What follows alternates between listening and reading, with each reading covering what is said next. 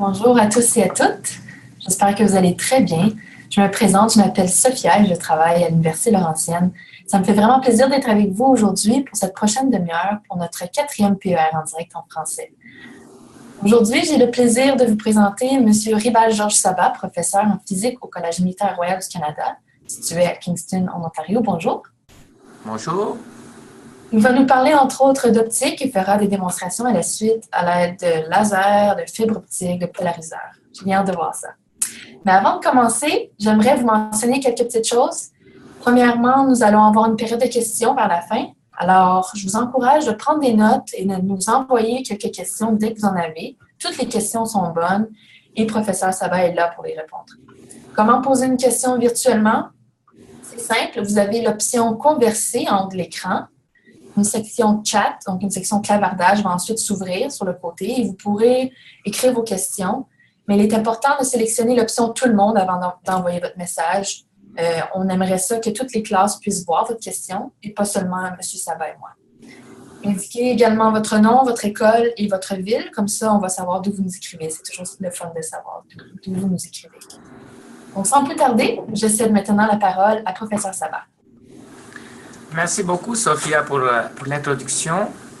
Donc, je veux commencer aujourd'hui par vous présenter une petite présentation de PowerPoint pour commencer. Ensuite, je ferai des démonstrations puis je répondrai aux questions.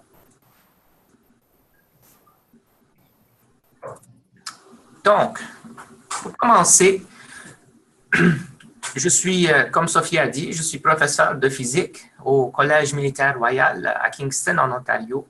En effet, le Collège militaire royal en Ontario, à Kingston, en Ontario, est la seule université fédérale au Canada. En effet, le collège a été institué en 1876, ça fait pas mal longtemps. Et puis, on enseigne tous nos cours ici au collège en français et en anglais. Donc, l'étudiant a le choix de choisir ses cours, que ce soit en français ou en anglais. On a des programmes en arts, on a des programmes en sciences, et on a des programmes en génie aussi. Et puis, le collège, tous les élèves sous-gradués au collège militaire sont tous des sous-officiers. Donc, ils vont devenir tous des officiers dans les forces canadiennes après qu'ils graduent. Mais il y en a aussi pas mal d'étudiants qui sont gradués, des étudiants aux maîtrises et au doctorat, qui sont des civils. Ils viennent ici au collège juste pour faire leurs études graduées. Après ça, ils s'en vont travailler dans les industries.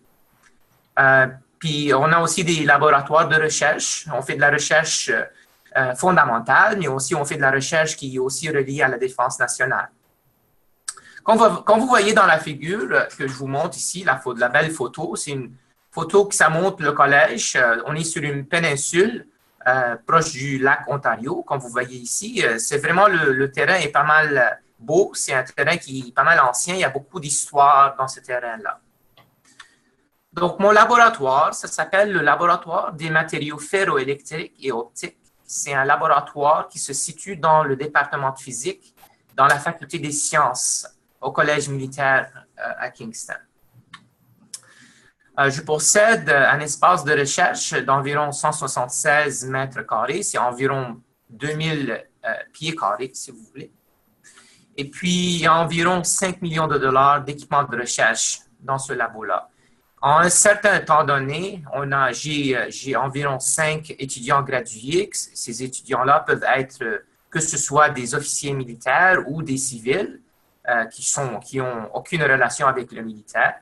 Mais aussi, en n'importe quel temps, j'ai environ 2 étudiants sous-gradués qui font des recherches, des thèses de recherche dans mon labo. Des fois, ce sont des étudiants qui sont dans des universités canadiennes qui viennent dans mon labo pendant l'été, la plupart du temps, pour faire un projet de travail pendant 3 mois. C'est un projet de travail qui est payé. Des fois, c'est nécessaire pour l'obtention de leur degré dans les autres universités canadiennes. Et puis, dans mon groupe de recherche, je fais de la collaboration scientifique avec 11 différents groupes de recherche. Ces groupes de recherche se situent au Canada, mais il y en a aussi qui sont internationaux. Mais c'est quoi exactement qu'on fait?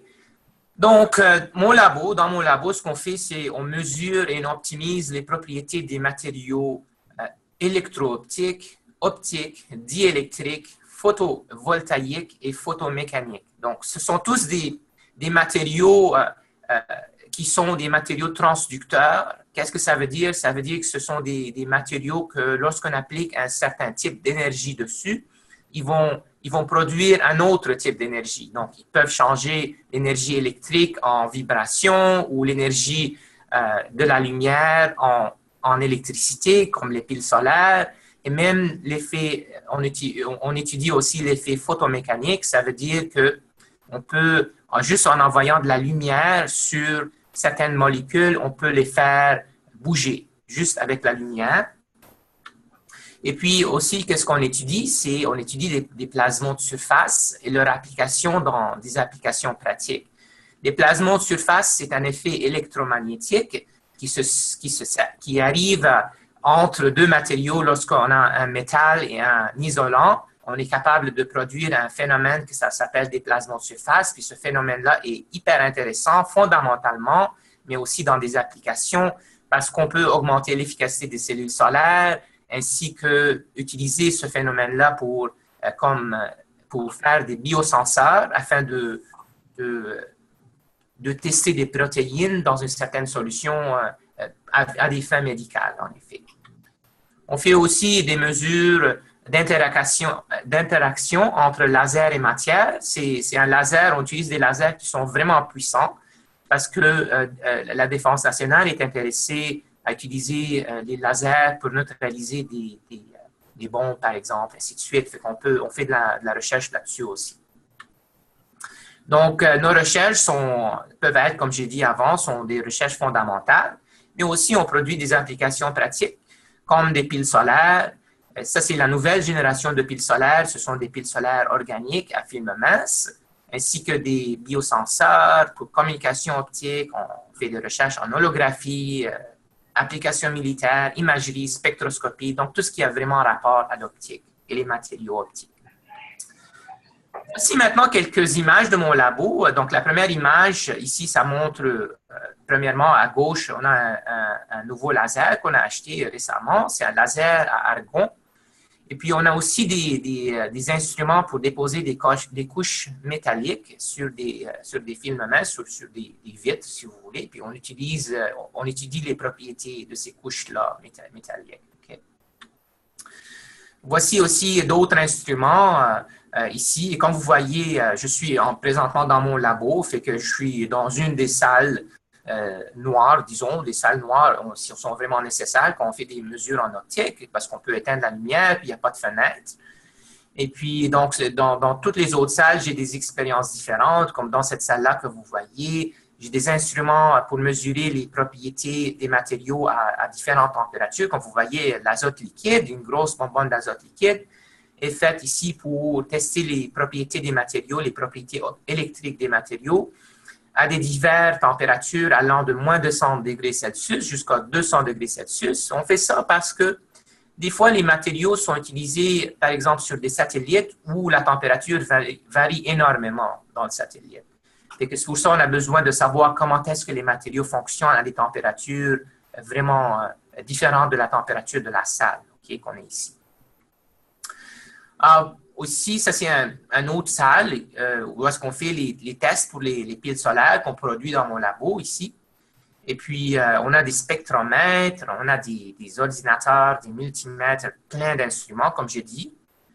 Et puis, voici la salle des lasers ici. Je possède autour de 6 systèmes de lasers classe 4. Classe 4, ça veut dire que ce sont des lasers qui sont dangereux, vraiment. Il faut que je donne une formation à chacun de mes étudiants qui viennent ici, qui vont travailler avec les lasers, parce qu'il faut vraiment faire attention, parce qu'un laser, s'il vient sur l'œil, même les petits lasers que vous achetez, c'est n'importe quel magasin, des pointeurs laser, eux autres aussi sont dangereux. Il faut vraiment faire attention quand vous utilisez ces lasers-là, parce que vous ne voulez pas envoyer le laser dans l'œil de quelqu'un parce que ça peut l'endommager.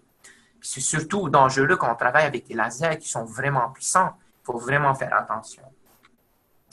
Voici la salle où je suis maintenant. C'est une salle où on a un spectromètre qu'on a fait nous autres mêmes. Un spectromètre, c'est un arc-en-ciel artificiel qui est fait dans un labo. Et puis, qu'est-ce qu'on fait? C'est qu'on utilise cet arc-en-ciel pour diviser la lumière blanche dans toutes les couleurs. Et puis, on teste les propriétés des matériaux avec divers autres instruments. Voici certains des matériaux qui sont étudiés. Comme j'ai dit, on étudie l'effet photomécanique des matériaux. Ici, ce sont des réseaux de diffraction qu'on a produits. Donc, on utilise le laser pour écrire des réseaux de diffraction. Les réseaux de diffraction, ce sont des nanostructures. Donc, ce sont des lignes à la nanoéchelle. Puisqu'ils sont à la nanoéchelle, ils sont capables d'interagir avec la lumière. Puis on peut créer certains effets quantiques, disons, de la lumière avec ces nanostructures-là. Donc, à gauche, ce sont des nanostructures linéaires. Et puis là, celle qui est à droite, c'est des réseaux de diffraction qui sont circulaires qu'on a produits au labo. Comme vous voyez, ça a l'air un petit peu comme un CD. Okay? Voici un exemple ici de piles solaires qu'on a produit dans mon labo. Ce sont des piles solaires à film mince. Ça veut dire qu'ils ont une épaisseur de 400 nanomètres. Donc, 400 nanomètres, c'est à peu près une dizaine de fois plus mince qu'un cheveu humain. Donc, c'est vraiment mince comme cellule solaire. Et puis, tout de même, ça produit de l'électricité quand on envoie de la lumière dessus. Donc, en mettant des nanostructures sur les films minces, on peut augmenter l'efficacité de ces cellules solaires-là. Ce sont des cellules solaires qui sont énormément faciles à faire comparé aux piles solaires que vous achetez dans le magasin présentement. Et puis, ils vont être la nouvelle génération de cellules solaires qui vont sortir dans les prochaines 5 à 10 ans. On fait aussi des mesures de caractérisation sur des matériaux piézoélectriques. Les matériaux piézoélectriques sont des matériaux que lorsqu'on applique un voltage dessus, ça change de forme. Ils sont souvent utilisés comme des sonars pour détecter les sous-marins et aussi pour détecter les poissons si vous aimez aller à la pêche. Donc, à chaque jour, on travaille avec beaucoup de montures optiques. On travaille avec des prismes, avec des miroirs concaves, convexes, des lentilles concaves, convexes aussi. Et on travaille avec des lames Cardon, des polariseurs. C'est toutes des composantes qui interagissent avec la lumière. Puis on déforme la lumière comme qu'on veut, vraiment. Et puis aussi, on sépare la lumière dans toutes les couleurs d'arc-en-ciel. Voici une image à l'intérieur de mon spectromètre. Voici ici quelques images prises avec un microscope atomique de certaines de ces nanostructures. Celle-ci, c'est une nanostructure qui est linéaire. Celle-ci, elle est, disons, deux linéaires croisés, comme vous voyez, comme un carton où on met les œufs dedans. On peut produire ça. N'oubliez pas que ça, c'est à la nanoéchelle, donc énormément petit, à peu près 10 à 15 fois plus petit qu'un diamètre d'un cheveu humain. Okay? Ça, c'est la séparation entre les deux bosses.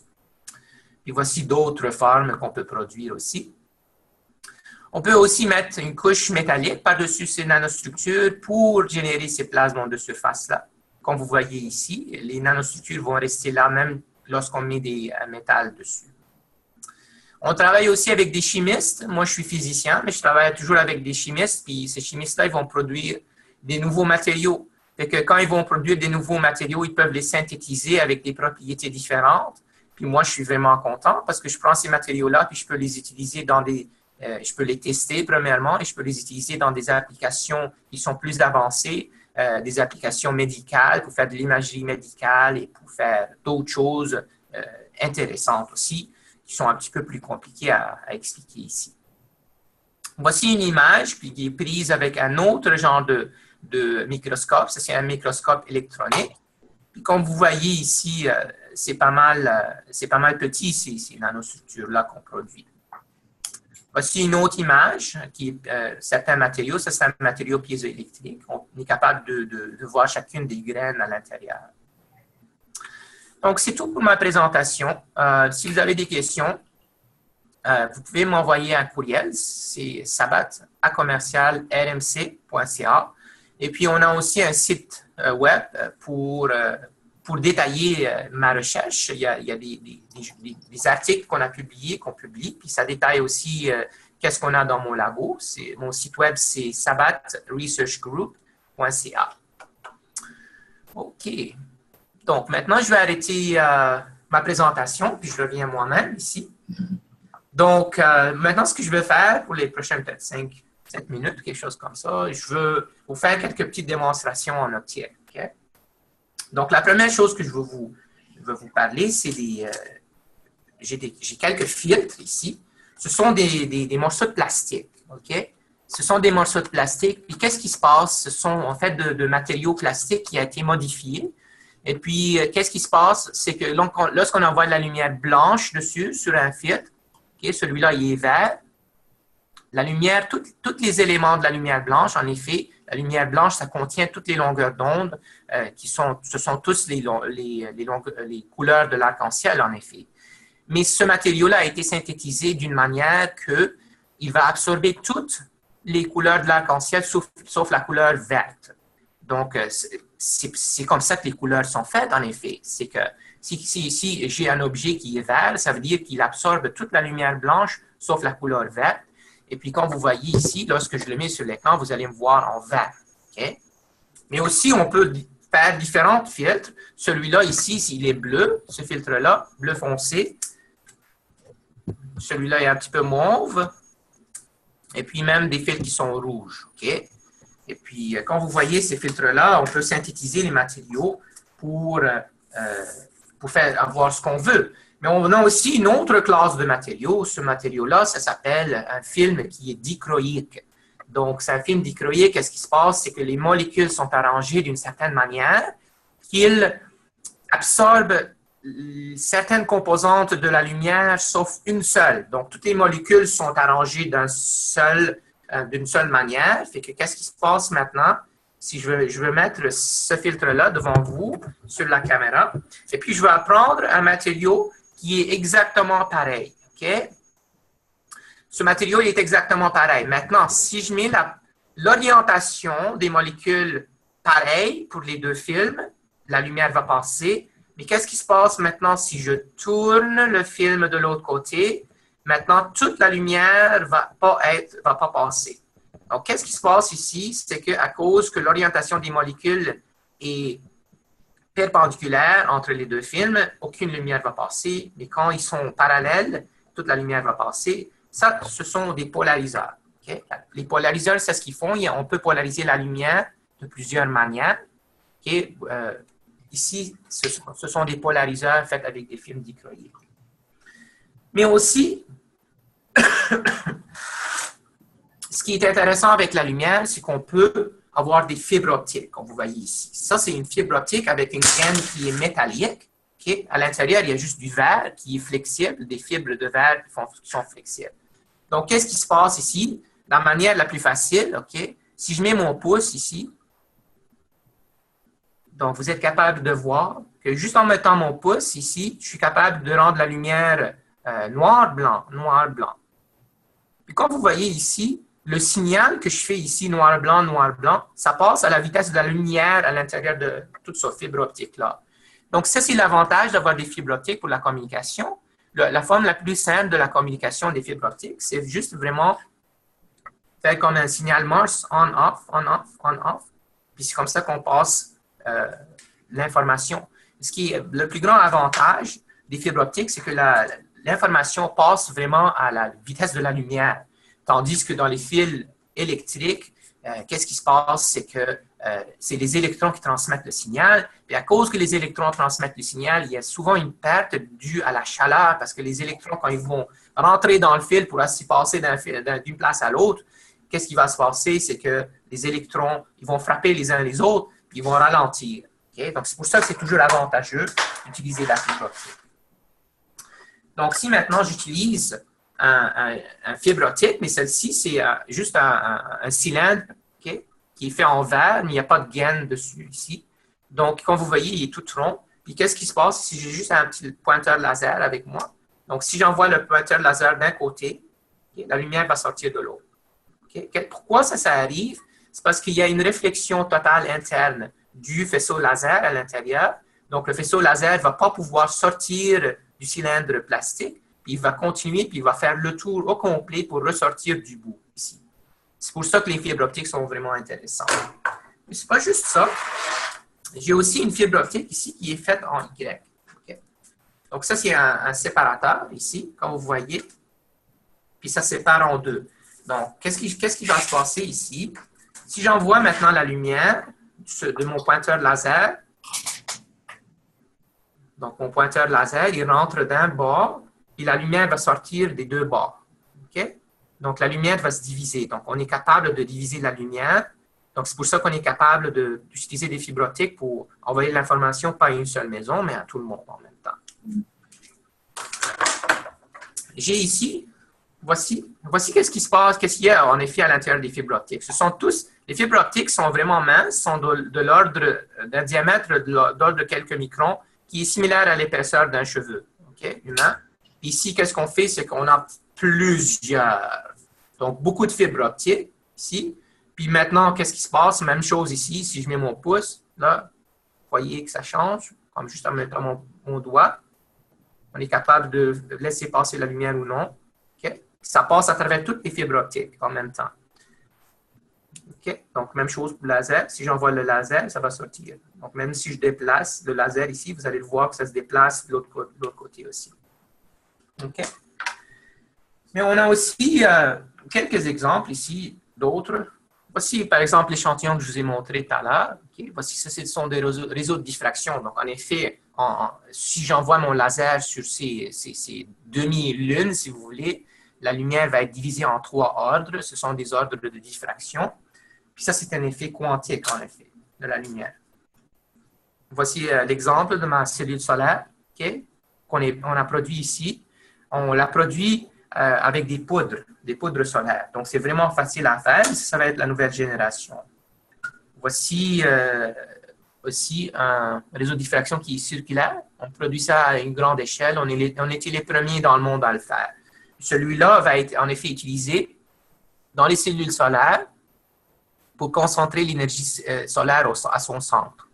Donc, si on est capable de faire si on met une cellule solaire, une pile solaire en avant de ce réseau-là, l'énergie solaire va se concentrer, va aller vers le centre, et puis ça va augmenter l'énergie solaire là. Donc, ça, c'est une des applications pratiques qu'on fait là-dessus. OK? Bon, je pense que c'est assez pour le démo. Il reste à peu près 8 minutes, donc on peut parler de certaines questions. Je peux prendre des questions si vous en avez. Je sais que Sophie en a quelques questions à me poser. Oui, je suis très curieuse. J'ai pris quelques notes.